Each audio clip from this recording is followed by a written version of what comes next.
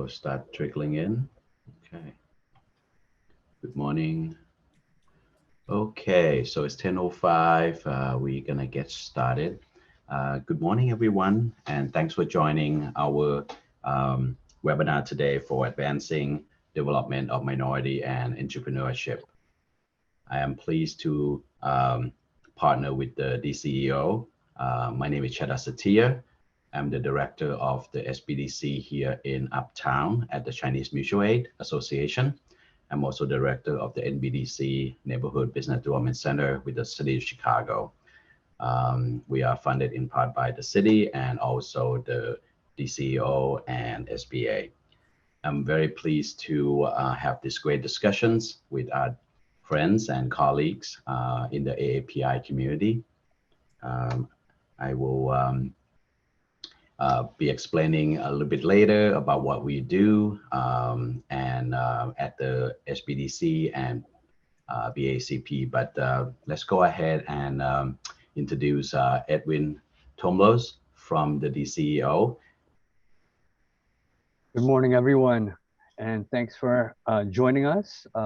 We're proud to partner with the SBDC at CMAA with Cheta on this special version or for this month's version of the monthly Advancement of Minority Entrepreneurs workshop series by our department.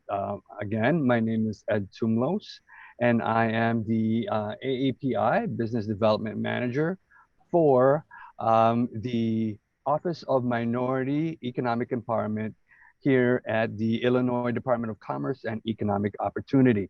We thank you for joining us, and we look forward to you learning all about our esteemed panelists and finding out the various resources that are available to you, and especially hearing their really deep insights into what the community can take advantage of in terms of opportunities for entrepreneurs and business owners and the community in general.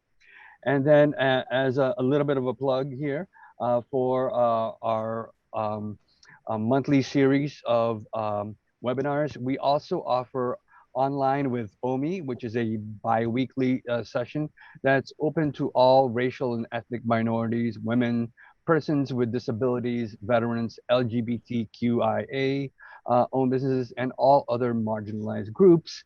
On those webinar sessions, we provide local and statewide as well as national resources for entrepreneurs. So make sure to catch that, and you can get that information at our website, which I'll be sharing with you in our chat, which actually, speaking of which, please keep an eye out on the chat. Our respective panelists have entered their information as well, so that you can glean the respective contact information and reach out accordingly.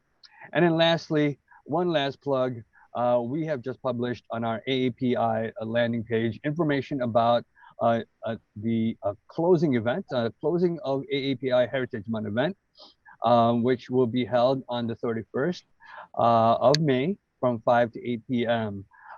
It is an event for sharing with you the various resources for food entrepreneurs. The AAPI-HM 2023 Small Biz Pop-Up Market and Social will be held at the Chicago Food Stop, and that's at the John Hancock Building at 875 North Michigan Avenue on May 31st from 5 to 8 p.m. Again, I'll be providing that information on the link for more. Stay tuned. Thank you, Cheta. Great, thank you, Edwin. So now I would like to give the opportunities for the panelists to introduce themselves, and we're going to start with Megan. Hi, I'm Megan Nakano, and I'm the executive director and one of the co-founders of the Asian American Chamber of Commerce of Illinois. And we offer pro bono consulting services to Asian American entrepreneurs and those seeking to do business with them. We specialize in educating minority business owners on the benefits of MBE certification and helping them through the certification process, and then introducing them to consumers, businesses, and government entities seeking to diversify their supplier base. Our chamber partners with other chambers and community organizations like DCEO, OMEE, CMAA, WBDC, to ensure Asian American business owners have access to the information and resources to be competitive in the marketplace. And to this end, we've developed an online Asian American resource directory to help connect entrepreneurs with needed assistance. And we are building a similar directory of Asian American businesses in Illinois to help customers connect with and support Asian American businesses, and also to help Asian American businesses connect with and support each other. So I can throw that directory in the chat, and my contact information is in the chat as well.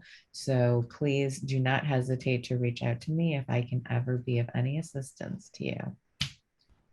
Great. Thank you, Megan. Yes, I would like to let everybody know this webinar is being recorded. And also we encourage everyone to put questions in the chat, and we're going to do Q&A after everybody's introduced themselves. And then please, we will also let people participate. If you like, we can promote everyone up to speak after we have the panelists introduce themselves. Great. So then we have Abigail. Hi, good morning, everybody. Abby Scanlon with the Women's Business Development Center. I am their Director for Access to Capital Program and Services. And for those of you that don't know, the Women's Business Development Center, or the WBDC, is a 501c3 nationally recognized leader in the field of women's economic development.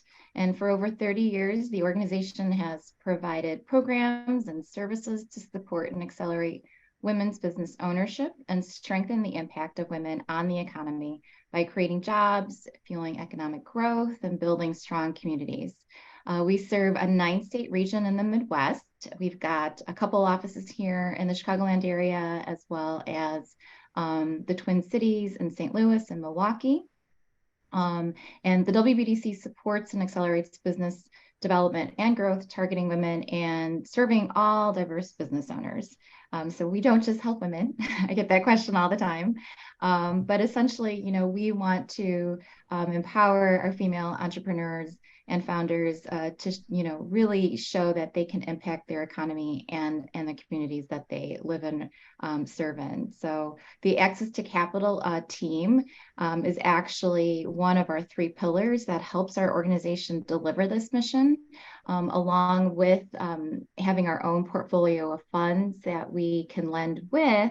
We also do certification for women-owned businesses. So if you're an entrepreneur and you have a business that is women-owned and it's 51% owned, we can get you certified for that. And then we also do offer some services if you're interested in doing government contracting or corporate contracting too. So we have a lot of different programs and cohorts that, again, support and help women entrepreneurs and all business owners out there. So please come see us.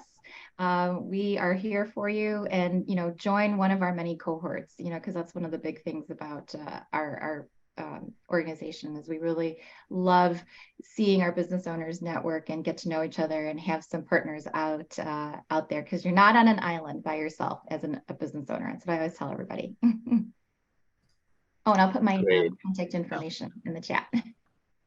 Wonderful. Thank you, Abby. So next is Shahana, and she is with the South Asian American Policies and Research Institute. Hi, everyone. Thanks for having me, and thanks for hosting this conversation. It's great to be in community with you all. I'm Shobhana Verma. I am the Executive Director of the South Asian American Policy and Research Institute, SAPRI in short. If you've not heard already, we are a community-based research and advocacy and policy organization. We're nonpartisan, founded in 2001, and our mission is to serve the South Asian American community in the Midwest. And the reason we were founded in 2001 was because of the foresight of our founding members, where they knew and they were observing the growth in our community, in the South Asian American community, and yet we did not have an organization that was able to or committed to tracking the growth of the community and the challenges and the experiences that our community would experience in the coming years. So with that idea, we were founded mostly to focus on more equitable and socially responsible policy recommendations, and our work over the years has focused mainly on civic engagement, hate crimes, access to healthcare, economic development, and immigration. And currently we have all of our work kind of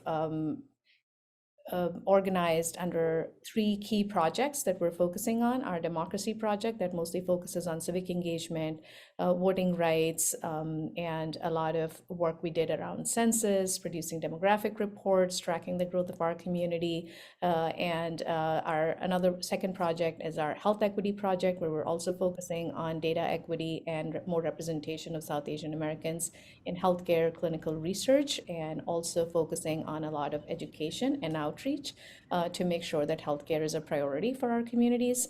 And thirdly, it's our Access to Justice project, where we're focusing on addressing anti-Asian hate and especially collecting a lot of narratives and experiences of the South Asian American community, which we will be talking more about later, but also having a more comprehensive approach to addressing hate crimes by also playing a very important role in not only advocating for TEACH Act, which was passed in Illinois, making Illinois the first state in the country to mandate teaching a unit on Asian American history in all Illinois K-12 public schools, but we're also a part of a coalition where we're working on developing curriculum that is inclusive of the Asian American experience. So we believe strongly that the best way to address some of these challenges and issues is to also focus on addressing the root cause, and that is also through education. So this is some of the work in a nutshell that we're focused on, but we're happy to share more. We'll share my contact info and more information about the organization in the chat as well. So please feel free to reach out. And thank you again for having me today. Thank you. Thank you. Now we have Roxanne Volksman, please. Hi, Tada, and everyone. Thank you for letting me join you this morning.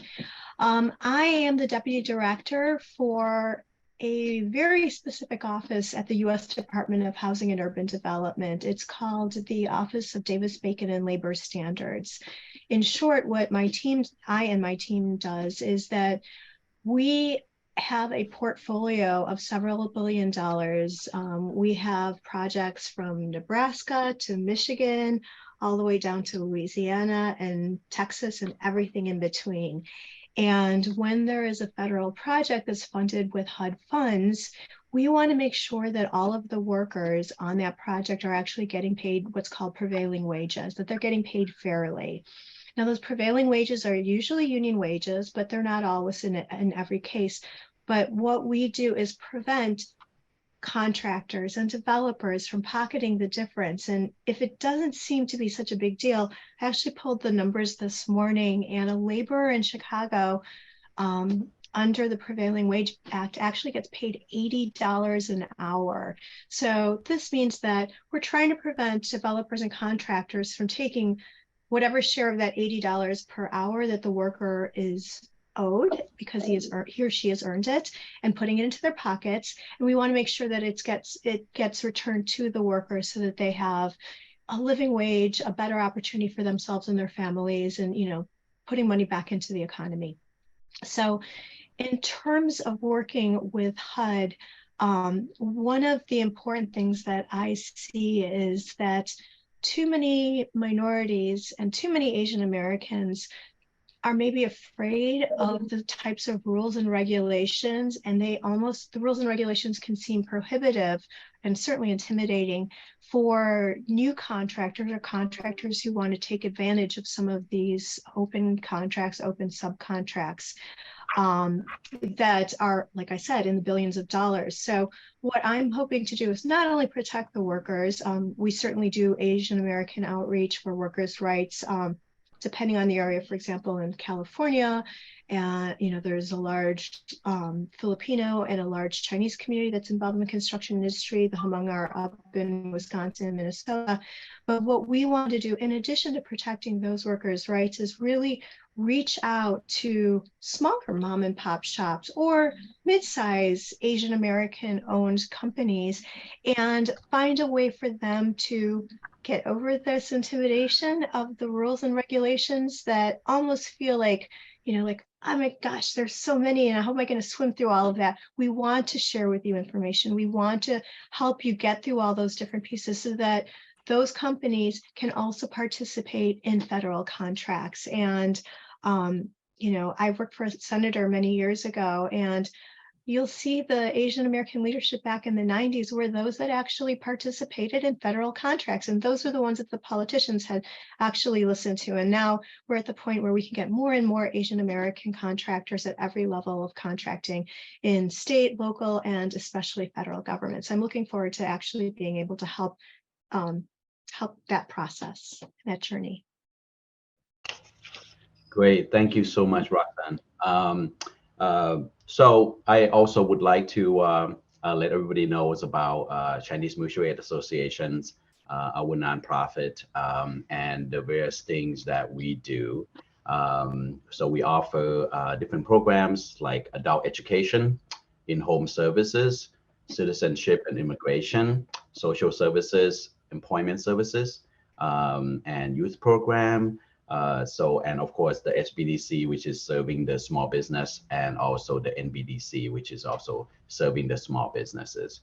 And we appreciate everybody here that have various different services that they can offer, with the WBDC, Megan, with the Asian American Chamber, and Shawana.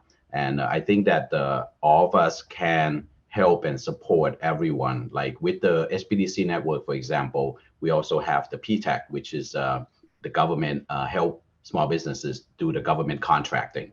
So that's a lot of billions of dollars that we all can help you navigate through this difficult to understand. How do you get SAM registrations and do business with the city, state, and local and federal. So these things are things that we all can help you with. Also, we also have international trade centers, which is also, if you're thinking about exporting, we have partners, and everything that we offer is free. So that's the beauty of it. So I'm gonna turn the table a little bit to Edwin, and maybe he can talk a little bit about DCEO also. Thank you. Sure, absolutely, and thank you for that, Chetha. At DCEO, what we want to ensure, and specifically for our Office of Minority and Economic Empowerment, is that we're providing minority, women, persons with disabilities, and veteran-owned small businesses and entrepreneurs across the state with equitable access to opportunities and resources. And we do that through dynamic partnerships, actually, and targeted outreach to the specific populations that need our help. And essentially, we create tailored programs as well as initiatives. And more information will be provided to you when you sign up for this registration process for this webinar. You then also will be able to provide you with the additional information and links to the resources that we have on our website, where we have a business resource library that will allow you to find many useful information as an entrepreneur, so that you can find the assistance that you may need, as well as the OMEE webinars that I mentioned earlier. So we are here to assist, and so glad that you have joined us today. So with that said, I'd like to begin our discussion, but before we kind of do the deep dive, I actually would love to get a little personal with our esteemed panelists. And again, thank you for joining us. We know your time is valuable. So my question would be, what does AAPI Heritage Month mean to you? Anybody can start? I can go ahead and start super quick. I feel like I'm a late bloomer when it comes to actually kind of absorbing my Asian heritage. And so for me, it's just a matter of really learning all the different things that are out there in terms of my Asianness. But overall, yeah, it's kind of like, you know, raising that awareness that we are a community that's out there. I feel like it's I always kind of get torn a little bit when it's a month, right? Like it's just a dedicated month. But at least it is a month, and we didn't used to have that at some point, right? But for me, it's a great time for you know, me to take my kids out, like enjoy all the things. I mean, we try to do things throughout the year, obviously, but for me, it's you know, my kids are mixed race, and so it's a good chance for them to kind of see what else is available out there, not just for my Filipino heritage, but for all Asian heritage, you know, all the different mixes that are out there. That's great. Thank you, Abby. I can jump in. For me, it's a bit of a reflection. It's time to reflect. I started out in government in the 90s, and this morning I stopped and wrote some names down, and this whole month gives me a chance to reflect back on those people who have paved the way for me and for really all of us. You know, we've had people like Sandra Otaka, Tina Chen, Nancy Chen, I have a cheat sheet, so Ross Serrano, Sarah Payne, Prem Lavani, and Matt DeLeon. In the 90s, early 2000s, I remember us talking about, well, gosh, one day we'll have an elected official. Look at us now. We have so many elected officials. We have 2 on the city council. We have state reps, state senators. I mean, it is true, and commissioners. It is just beyond amazing. So it's a time to reflect on all those pieces, and there was hardships along the way, and all of the things that they accomplished, and also not just reflect, but also celebrate these opportunities, because I can say personally that 10, 20, 30 years ago, this isn't something that we could have even dreamed of. So it's time for me to take, the whole month is a time for me to take a step back, celebrate what's going on, but also, you know, just realize that there was all these sacrifices and all this hard work that was done by the people before us, and I'm grateful for that. Great. Thank you, Roxanne. Yeah, I think that it serves as a sort of forced reminder to the rest of the world to remember and to celebrate the accomplishments of underrepresented communities and underserved communities. And so I think that it's a good thing. But of course, you know, as I think we are all aware, that it needs to be perpetuated throughout the year, and we need to be remembered throughout the year. And in the spirit of inclusion, you know, that all discussion should include multiple voices all the time, not just in May. And it can be somewhat exhausting for us Asians in the month of May to be, you know, called upon to represent the community during the month. But I think it's a great opportunity, and I do appreciate it. I just hope that the next step is taken, so that anytime there's a discussion, that we're invited to be a voice, you know, in those discussions. Great. Thank you, Megan. Yeah, I would echo pretty much everything that has already been said. To Abby's point, you know, it's 1 month is not enough. I know we work 24/7, 365 days a year, so you know we need to know, you know, this is a good way for us to at least even collectively not only celebrate the contributions of the generations of Asian Americans who've come before us and who paved our way and made it possible for us to be where we are today. But I believe it's also a good month for us to connect with our current community, because look at this event today. Like, I hadn't had the opportunity, and all of us have been doing our part for years now. And Roxanne, you've been involved in the community since the 90s, and we've been in this space for so long. And this month is also such a beautiful way for us to create opportunities for us to connect, for people who are in this together in the moment as well. So I think overall, it's not only just celebrating, the contributions of our past generations, but also so many people who are instrumental in taking this work forward in the current times. I just see a lot of value in celebrating ourselves, celebrating our communities.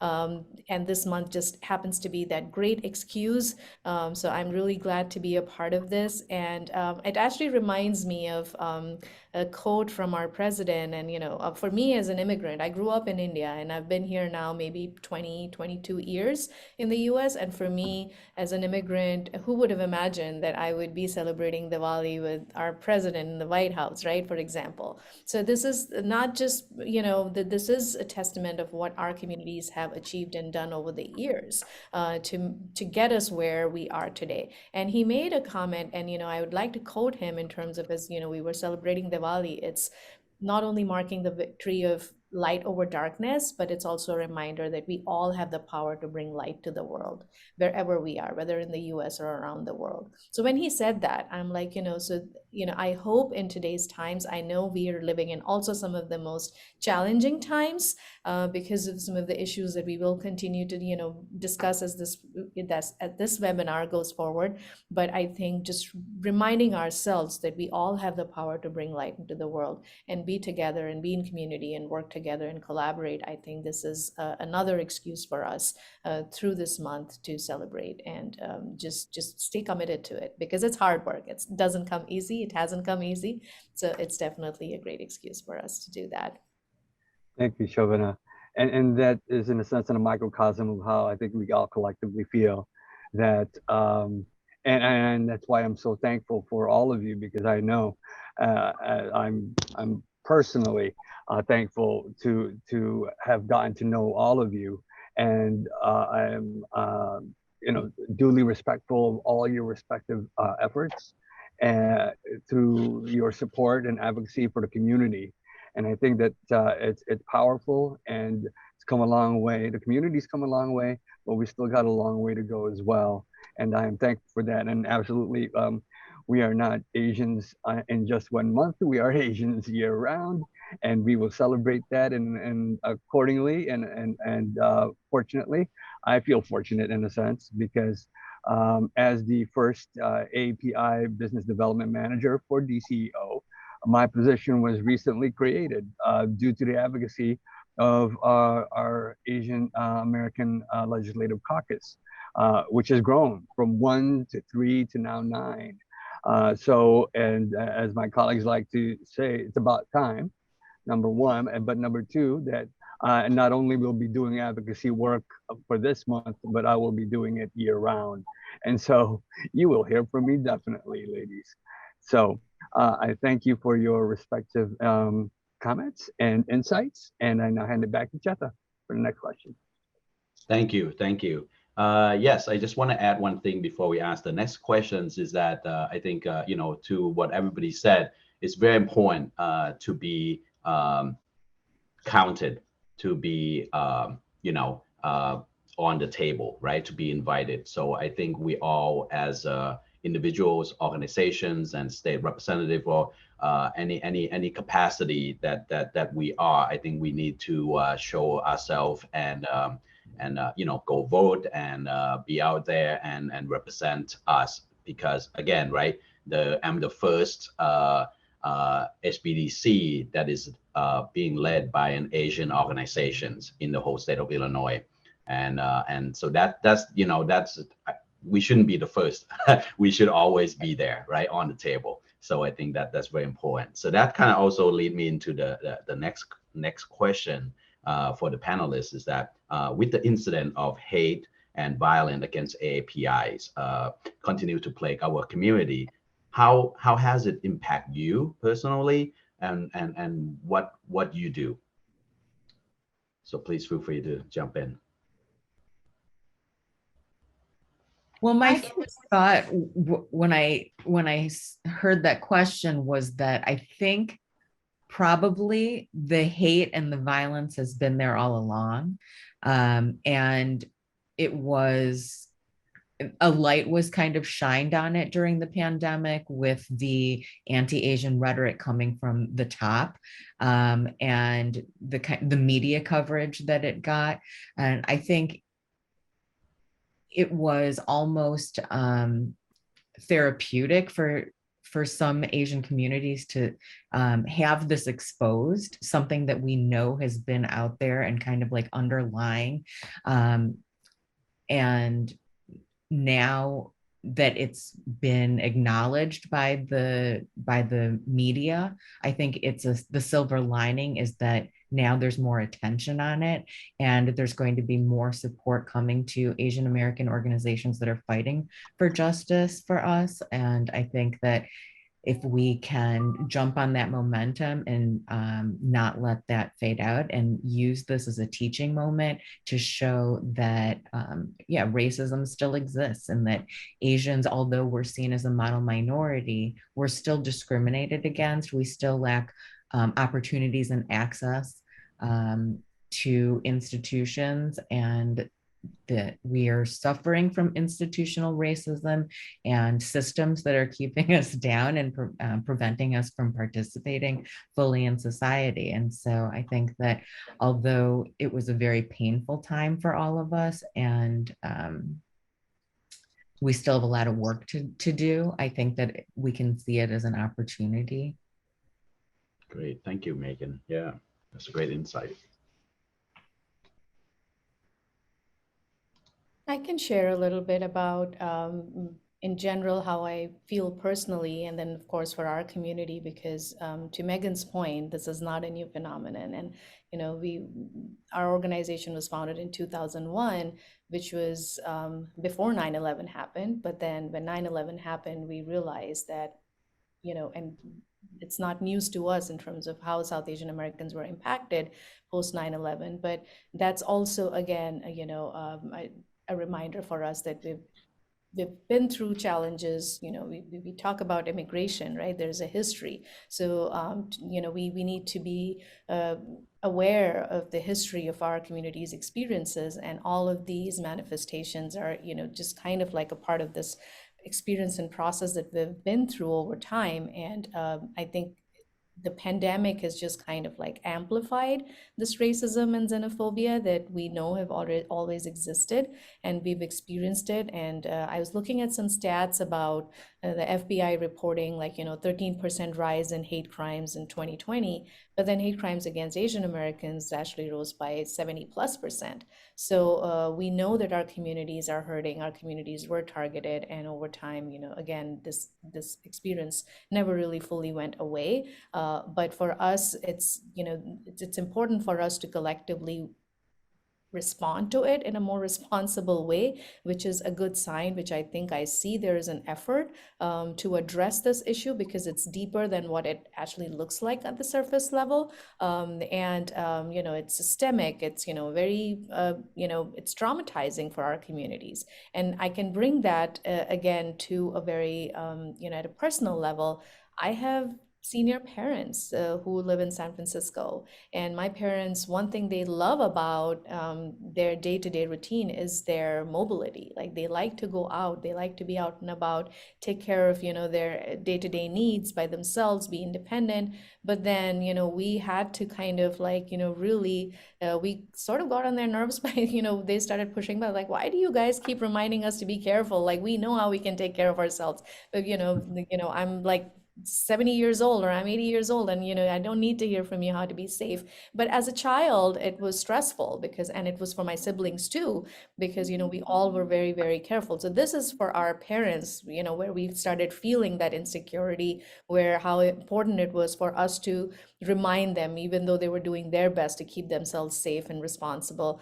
But then again, our children, right? I have 2 teenage kids, and you know, who take public transportation in Chicago. And we know enough. Sometimes knowing a lot is also not always in our favor, because with the work that we do, we've been, talking to a lot of community members. We've been learning about their experiences, and we know how our communities are being targeted, in our faith-based, centers and public transportation and public parks and the sidewalks and stuff like that. So then it's, again, I'm losing my sleep because I have 2 children who are out and about going to their high school, taking public transportation in the city of Chicago. So then I'm like, all right, what time do you, now it's sort of like at a personal level, it has changed our, experience. And our kids, I feel like they find it frustrating because they feel like, oh, I need to now keep mom and dad in the loop all the time in terms of when am I leaving school, when am I, where am I, and what my plans are. So I think overall we may not realize this kind of psychological effect it has had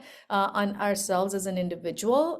So overall, and we're just a part of this community that's also hurting. So I think it's really deeper than, and what anyone can imagine, because I hope that, we can really work together and educate our communities around us and find a solution, or at least respond to this more responsibly, because that's the need of the hour. It's really impacting us. And I think it also reminded us that we need to report these incidents too, because those FBI reports, or the FBI statistics, are only kind of self-reported information. So if something happens to you and you don't report it, it's as if it didn't happen. So that's kind of a key too. I totally agree with you, Megan, because we were just talking about this recently. Any kind of incident, right? I feel like the Asian community tends to keep it in-house, and they don't ever share any of this information, whether it's the hate crimes or even like domestic violence or mental health issues, like all of that we always internalize, and we're always so compliant in so many situations. So, just letting everybody know that there are resources that are out there that you can turn to, share what's going on, raise that awareness. I think it's so helpful. So I'm really glad, Megan, that you brought up the advocacy part of it too, because the advocacy and the knowledge about hate crimes, I was a victim of a hate crime back in the 90s. At the time, hate crimes weren't really a thing. So for us to explain it was in fact a hate crime took a lot of doing for us to convey that to the state's attorney. I think it's gotten a little bit better, but I think the onus is on us as a community to be prepared to support other victims of hate crimes, to make sure that their story is not kind of like, oh, he just hit you. It's not really a big thing. No, we do need to report this. We need to advocate for our friends and family, make sure that they're properly counted, and make sure that that we are behind, whether it's in court as court advocates for our friends, our community, but actually be there to support those people who have been, and I hate the word victims, but they were victims, and make sure that they get the justice that they deserve, to make sure that whoever did it is paying for that, however that, might be, whether it's counseling, whether the person who attacked us got 4 years actually. But I think we need to be conscious of that, and we need to make sure to network with one another so that should those things come up, we can be there at the court to support our community members. The other thing though, too, in addition to the big hate crimes, there's also the microaggressions that we face all the time. I remember being a child and my mom, who's Filipino, bumped into somebody and they were like, go back to where you came from. And I was embarrassed. I was 5. I was in the suburbs. I didn't, I was like different. I didn't understand what was going on. That haunted me until now in my 50s.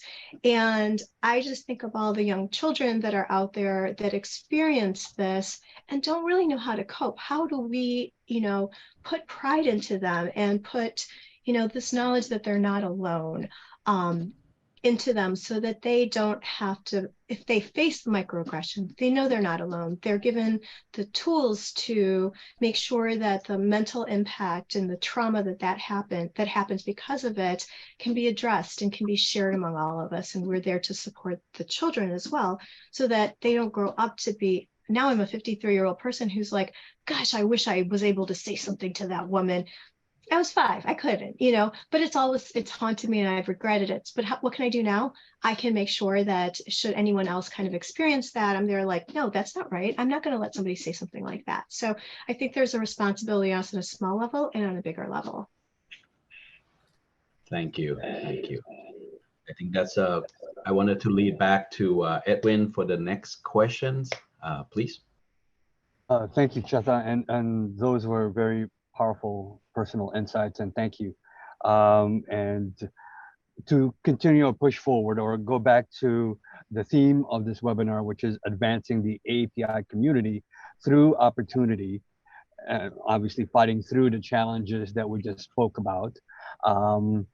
And what can, say, the entrepreneurs, the business owners, as well as the community members who joined us today, what type of assistance can they obtain through your respective organizations, so that either they can advance through entrepreneurship, or building their business, or helping it survive, or just starting up, or for those who are just in the ideation stage, perhaps get the spark needed so that they can take the next step, right? So in light of the time, because I know that Shobana has to be leaving us soon, maybe perhaps you can address that first.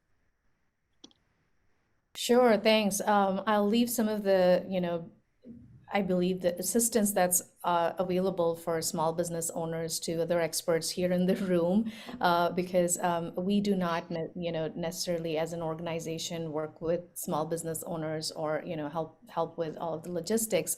But what we do in our space is more research and advocacy, and how our businesses are impacted. We've worked on economic development. We've worked on focusing on the diversity of our community, and really highlighting some of the issues that our communities are facing. So a lot of that is also connected to immigration, and the workforce, and the employers and the employees and their rights and experiences here. And sticking to the theme of anti-Asian hate are some of these, recent challenges and developments that have happened and impacted our businesses during the pandemic. Obviously, there was a financial hit that people are still recovering from, and everyone in the room here is doing their best in their capacities to help businesses get back, on their feet. But at the same time, just talking about other, experiences that we're trying to study as we're talking to business owners as part of our Against Hate initiative. And,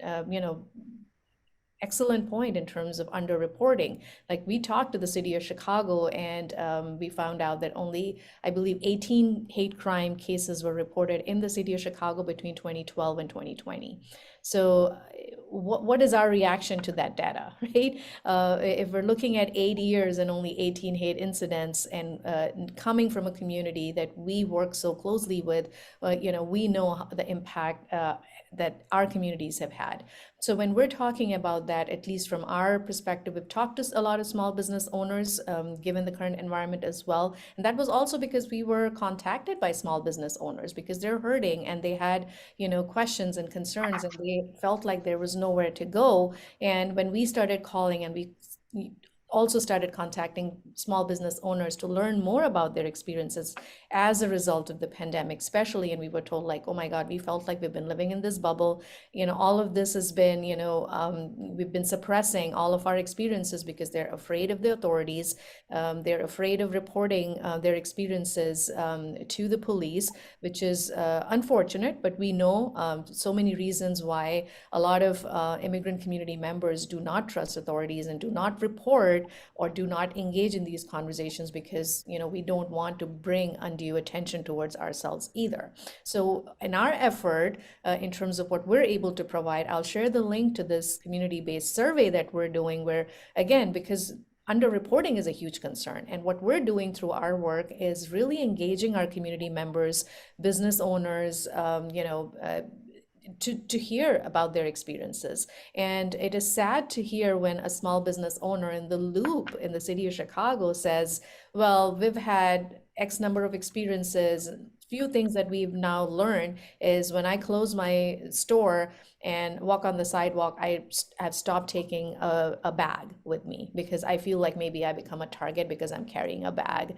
Oh, and then my employee was hit in the head by one of the patrons, but I'm like, did you report it to anyone? They're like, no, I run a convenience store. I don't want to create a lot of chaos or bring attention towards my business. So we've learned to kind of like, just keep our mouth shut and move on. And so these are the things when you hear from your own communities, business owners who've lived in these communities and contributed to the growth of our communities for decades, for them to have this experience where they feel like, oh, I'm just going to keep it among, within, and then just move on and swallow my pride, it hurts. So this is basically what we're trying to do as an organization. We're trying to collect these narratives so that we can really share this with authorities and share with our larger community to show what our experiences are and really come up with some solutions and work with with lawmakers to see what we can do better to document these experiences. And without that data,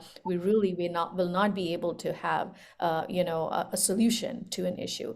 So it's very data driven, but definitely also sharing a lot of narratives and collecting those narratives. And majority of the people for all of our information have mentioned that they did not report the case to anyone. So these microaggressions versus, some, being targeted, the sad part is majority of the respondents have already said that they did not report the case to anyone. It's because of the mortal minority myth, where we do not want to be perceived as a troublemaker or someone in need of help or assistance. But secondly, we're also socialized. We socialized ourselves, we socialized our kids, and it has a huge impact on our well-being, and just impacts any kind of solution that we're looking to come up with here. Thank you very much, Shovana. And let's make sure that when that link is shared, that we share it out as well so that we get the broadest reach and the data that's needed to support the advocacy work that her organization is doing. So thank you so much for your time and all the efforts that you do for the community.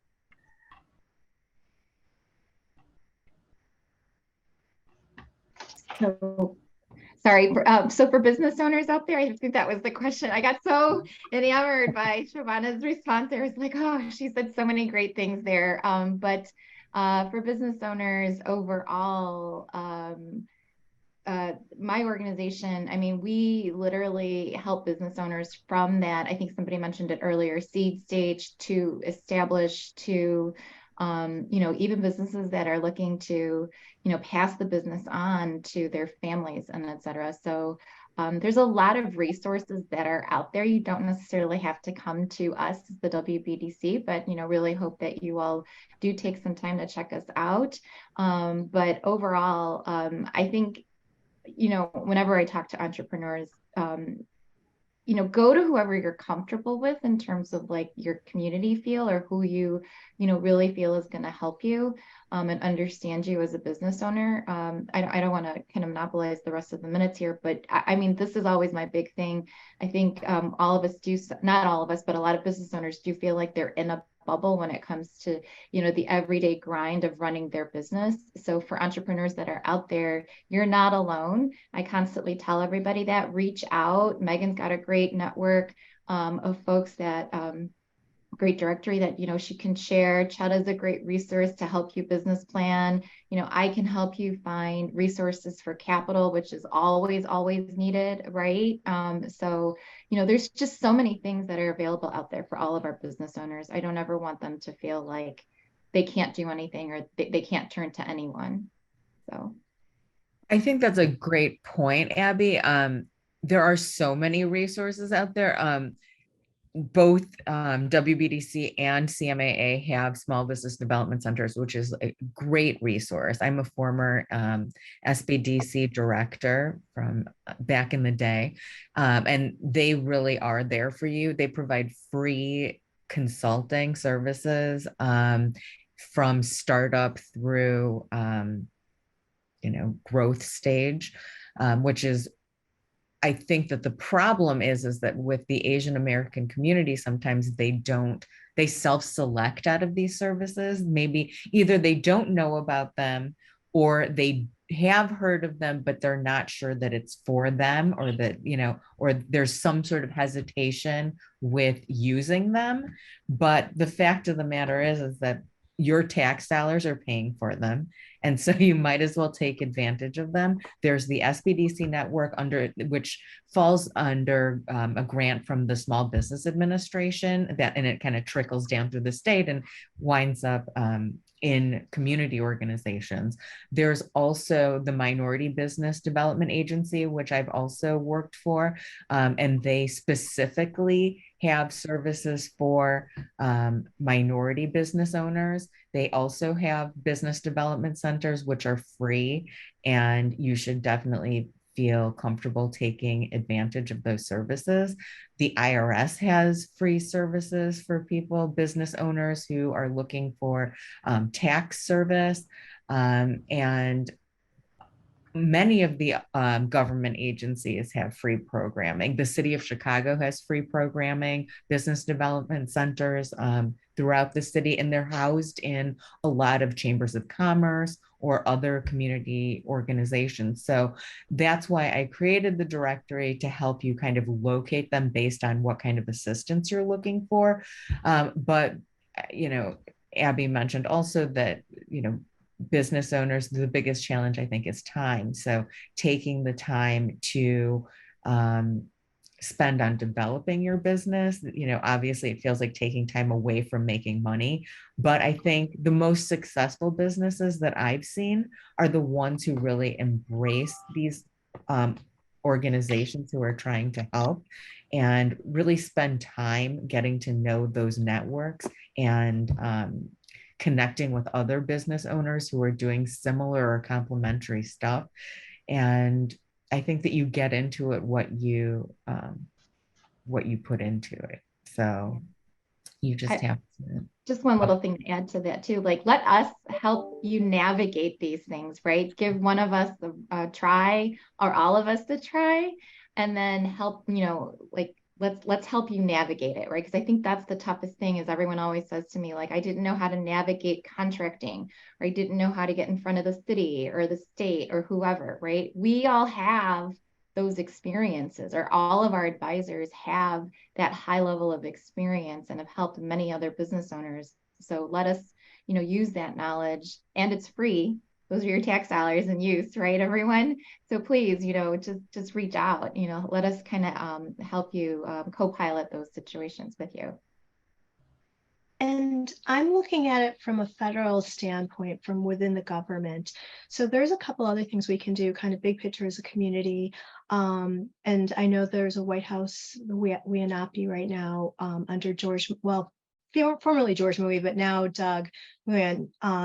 They are working hard on making sure that there's language translations for documents, because as you try to have a contract, you try to be in compliance with a contract, you need to know what the terms of that is. You need to understand, and you need to have it in a way that's comfortable for you. So we need to encourage more translations of government documents so that we can have more different community groups partake in that.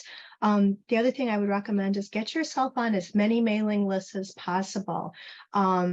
You might not even have something ready to go, but if you're interested in, for example, energy or something like that, get yourself on those DOE energy lists, because they will send out invitations when they just have training. So you get kind of an understanding of what the base requirements are. So get us on as many mailing lists as possible. Learn about and kind of look for as many grant opportunities you possibly can.